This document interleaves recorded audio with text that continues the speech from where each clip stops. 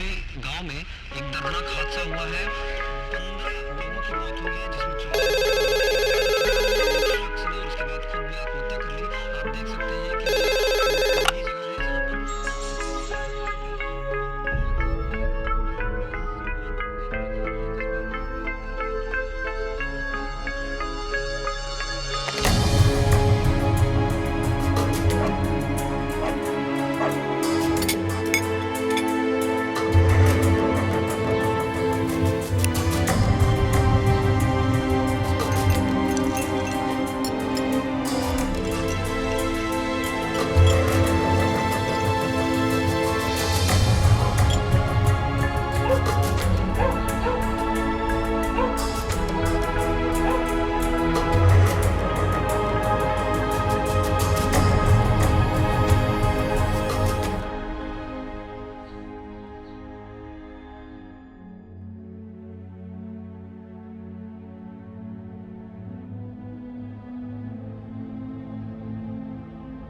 ഇരുപത് വർഷങ്ങൾ.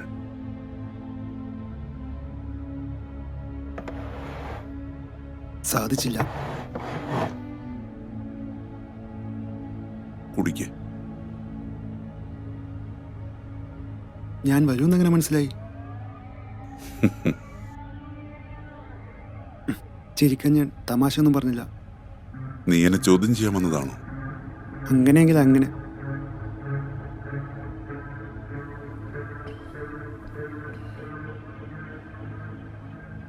എന്നാ അങ്ങനെ ആവട്ടെ.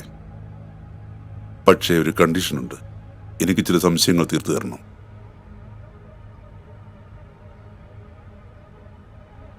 നിനക്ക് പോകാം. പോകാൻ തന്നെയാണ് വന്നത്. പക്ഷേ പോകുന്നതിന് മുമ്പ് ഒരു ആഗ്രഹമുണ്ട്. എൻ്റെ അവസാനത്തെ ആഗ്രഹം. നിനക്കിന്ന് മാങ്ങാത്തിലി അറിയാം എന്നെപ്പറ്റി. നിങ്ങൾ ഇന്ന് ചാവൂന്ന് മാത്രം എനിക്കറിയാം.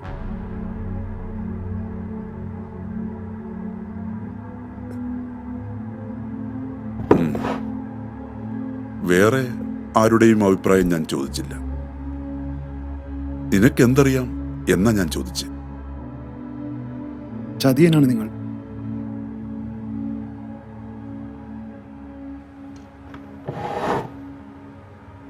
എനിക്കറിയാം രാജു, അവൾ എന്നെപ്പറ്റി നിനക്ക് തന്ന രൂപം.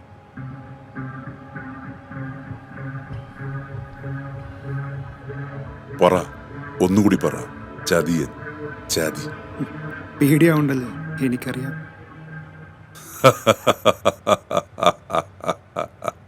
ചതി. നിർത്തുന്നുണ്ടോ?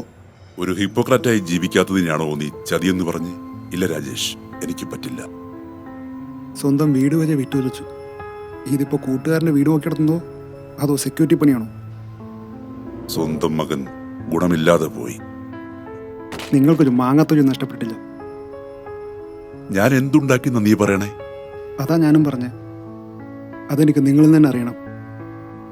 ആർക്കും വേണ്ടാത്ത കുറെ വിപ്ലവം പറഞ്ഞ് ഉള്ളതെല്ലാം വിറ്റുവലച്ചു. സ്വന്തം ഭാര്യ വേറൊരുത്തിനോട് പോയി. ക്ലാസ്സിലെ പിള്ളേര് ബർത്ത്ഡേക്ക് ലഡു കൊണ്ടുവന്നപ്പോൾ നിങ്ങൾക്ക് ലഞ്ചിന് പോലും വകയുണ്ടായില്ല. നിങ്ങൾ എന്ത് നേടി? എന്നെ ഒരു കള്ളനാക്കിയില്ലേ? നീ അവളാണ് നടക്കാത്തത് മാത്രം സ്വപ്നം കണ്ടവൾ. എൻ്റെ അമ്മ ചെയ്തതാണ് ശരി. 8 മൂടാൻ കാശുണ്ടായ തന്തൊക്കെ പറഞ്ഞിട്ടെന്താ? നിങ്ങളുള്ള തലക്ക് പിടിച്ച പ്രേമം കാരണം ഒരു മോളുള്ളത് പോലും ഓർക്കാതെ സ്വന്തം കെട്ടിയവനെ വിട്ടിട്ട് വന്നില്ലേ? പട്ടിണിയും ദുരിതമല്ലാതെ മറ്റെന്തെങ്കിലും നിങ്ങൾ എൻ്റെ അമ്മയെ കൊടുത്തുണ്ടോ? എന്നിട്ട് പോറ്റാൻ കഴിവുള്ള ഒരുത്തിനോട് വന്നതാണോ എൻ്റെ അമ്മ ചെയ്തിട്ട്? ഞാൻ മോനായിട്ട് ഏൽപ്പിച്ച സമ്മാനം. ഓ, അങ്ങനെയൊന്നുണ്ടോ? അറിഞ്ഞതിൽ വലിയ സന്തോഷം. തലമുറകൾ കൈമാറിപ്പോന്ന പുസ്തകമായിരുന്നു. അതിന് ഞാൻ നിങ്ങളുടെ പാരമ്പര്യമെന്ന് ആര് പറഞ്ഞു? ശരിയാണ്, എന്റെ മോനൊരിക്കലും അമ്മയും പെങ്ങളെയും തിരിച്ചറിയാത്തനാവില്ലായിരുന്നു.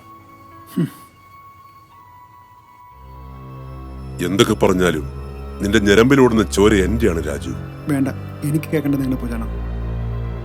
ശരിയാണ്, നിന്റെ അമ്മ ആഗ്രഹിച്ച പോലെ വലിയ ബംഗ്ലാവ് കാറ ഉണ്ടാക്കിയെടുക്കാൻ എനിക്ക് സാധിച്ചിട്ടില്ല. ഒരു പാർട്ടിയുടെ പേരും പറഞ്ഞ് എല്ലാം നശിപ്പിച്ചിട്ട് ഇപ്പോൾ ന്യായീകരിക്കാൻ ശ്രമിക്കുന്നു. നിർത്തല നായിന്റെ മോനെ. നിങ്ങൾ മാപ്പറിയിക്കുന്നില്ല. പിന്നെ എന്തിനു വൈകിക്കുന്നു? എന്റെ ചോദ്യത്തിന് ഉത്തരം കിട്ടിയില്ല.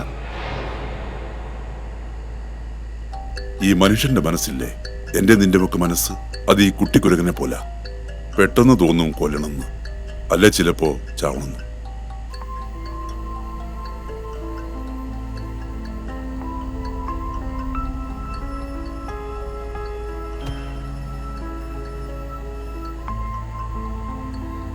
സുമ പറഞ്ഞിരുന്നു നിങ്ങളെന്തെങ്കിലും വട്ടു പറയുമെന്ന്. അവൾ ചീത്തയാ രാജു. നിന്നെ പെട്ടെന്ന് പറ്റിക്കാന്ന് അവൾക്കറിയാം. ഞാനത്ര പൊട്ടനൊന്നുമല്ല. അപ്പൊ രാജു സുമയെ കണ്ണടച്ച് വിശ്വസിക്കുന്നതോ? പൊട്ടനല്ല ഞാൻ. എൻ്റെ ചേച്ചിയെ ഞാൻ വിശ്വസിക്കുന്നു, അത്രേ ഉള്ളൂ. നിക്ക്. നിങ്ങൾ ഒറ്റ ആൾ കാരണമാണ് ഞങ്ങൾക്ക് ഈ ഗതി വന്നത്.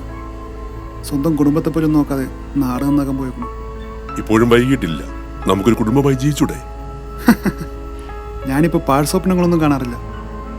എന്നാലും നിങ്ങൾക്ക് എന്നെ വേണ്ടെന്ന് പറയാൻ തോന്നിയല്ലോ. ഞാൻ പറയുന്നു ഒന്ന് കേൾക്കൂ. വേണ്ട, എനിക്കൊന്നും കേൾക്കണ്ട. ഇനി ആരെയും പറ്റിക്കാൻ നിങ്ങളെ ഞാൻ സമ്മതിക്കില്ല. ഈ ഭൂമിക്ക് ഭാരമായിട്ട് നിങ്ങളിനി വേണ്ട. നീയാണോ ഇപ്പോ ജനനവും മരണവും തീരുമാനിക്കുന്നത്? എനിക്കും തീരുമാനങ്ങൾ എടുക്കാം. ആദ്യമായിട്ടൊന്നുമല്ലല്ലോ. അന്നൊന്നും ആരെയും കണ്ടില്ല ഉപദേശിക്കാൻ. There is still time, man. There is always time. അന്നും ഒന്നും നിങ്ങൾ ഒരുപോലെയാണ്. ആർക്കും ഒരു ഉപകാരമില്ലാത്തത്.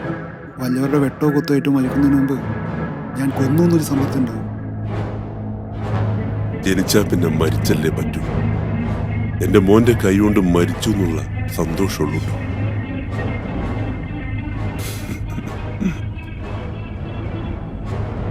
ഞാനുണ്ടാക്കിയ ചായ അമ്മ അതും പറഞ്ഞിട്ടുണ്ടാവില്ലോ. ഞാൻ നല്ല ചായ ഉണ്ടാക്കുന്നു. ഇതെന്റെ മോൻ കുടിക്കണം. അച്ഛന്റെ അവസാനത്തെ ആഗ്രഹം കണ്ടാ മതി.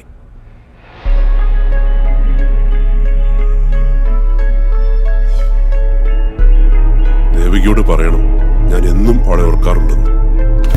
ഇനി ആ പേര് നിങ്ങളോട് പറയരുത്. അവളിപ്പോൾ മുകളിൽ നിന്നെല്ലാം കാണുന്നുണ്ടാവും. അമ്മ എന്നോട് ക്ഷമിക്കൂ. മനസാക്ഷിക്ക് നിരക്കുന്ന കാര്യങ്ങൾ ചെയ്യുന്നവന് ക്ഷമാപണത്തിന്റെ ആവശ്യമുണ്ടാവും. ജനിച്ചെന്നാലും മരിക്കണം. അവൾ എന്നോടും ക്ഷമിക്കുമായിരിക്കും. എനിക്കെന്റെ ഉത്തരം കിട്ടിയില്ല. ഞാൻ വരുമെന്ന് അങ്ങനെ അറിഞ്ഞു.